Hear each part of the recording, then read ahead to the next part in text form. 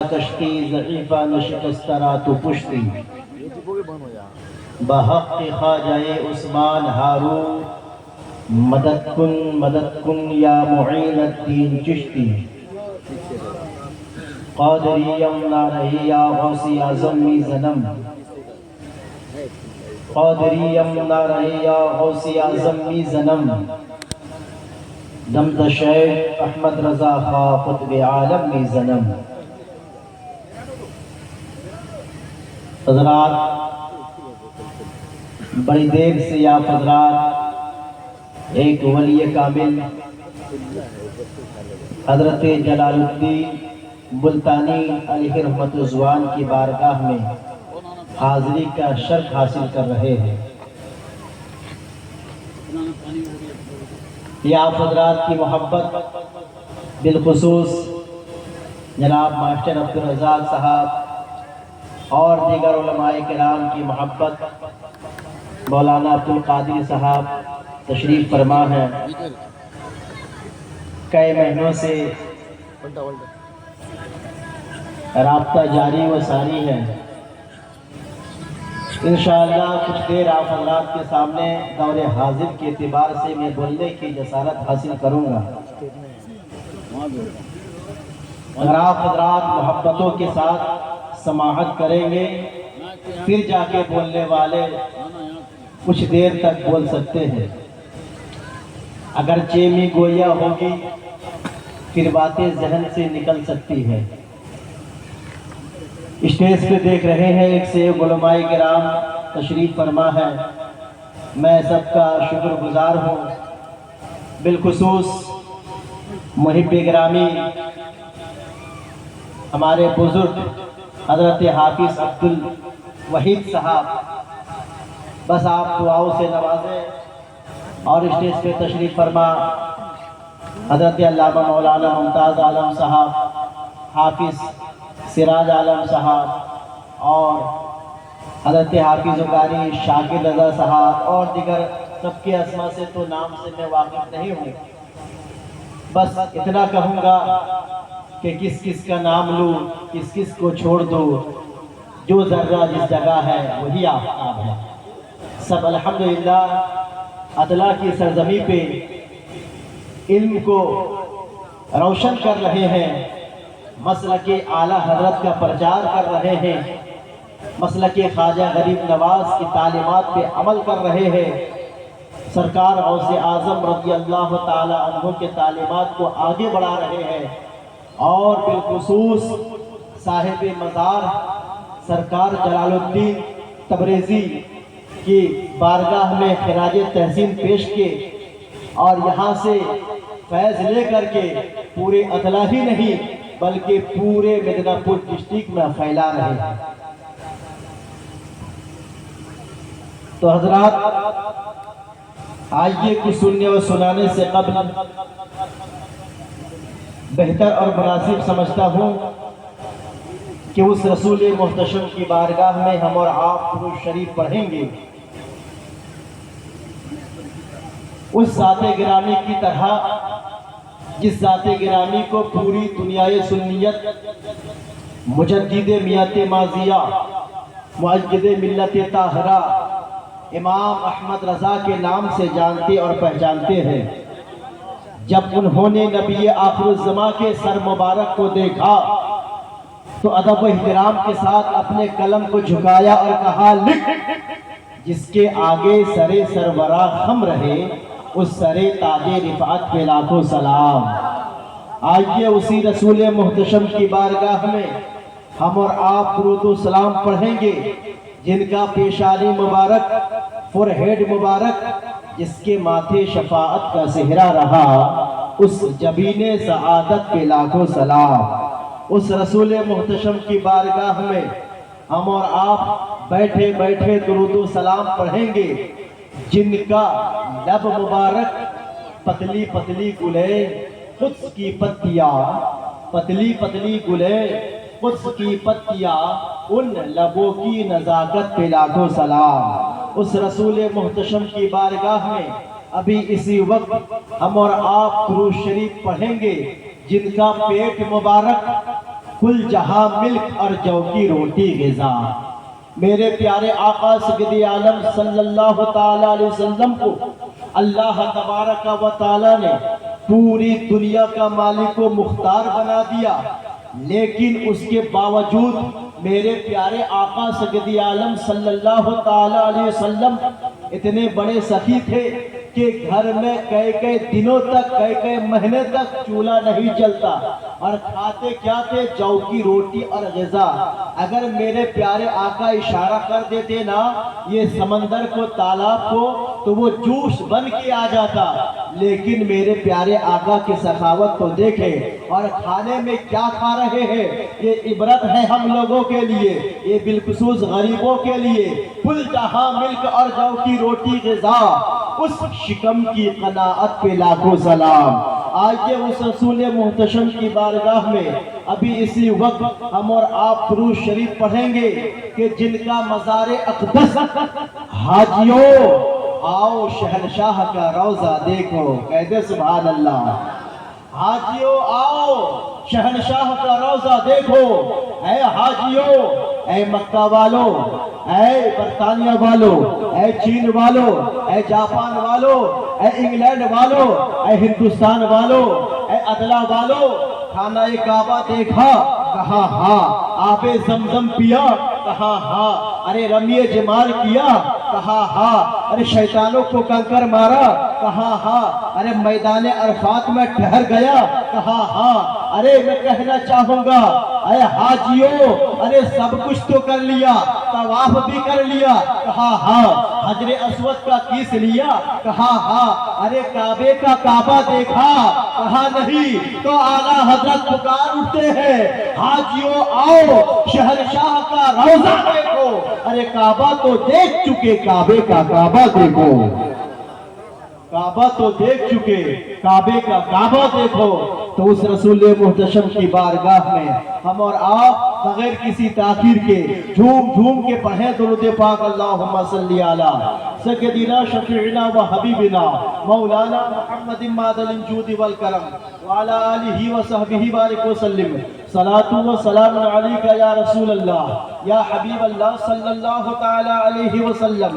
میرے پیارے آقا کے پیارے دیوانوں، ابھی آپ مجھ سے پیشتر شاعر اہل سنت جناب شعبان رضا حسانی صاحب سے سماعت کیے ہیں۔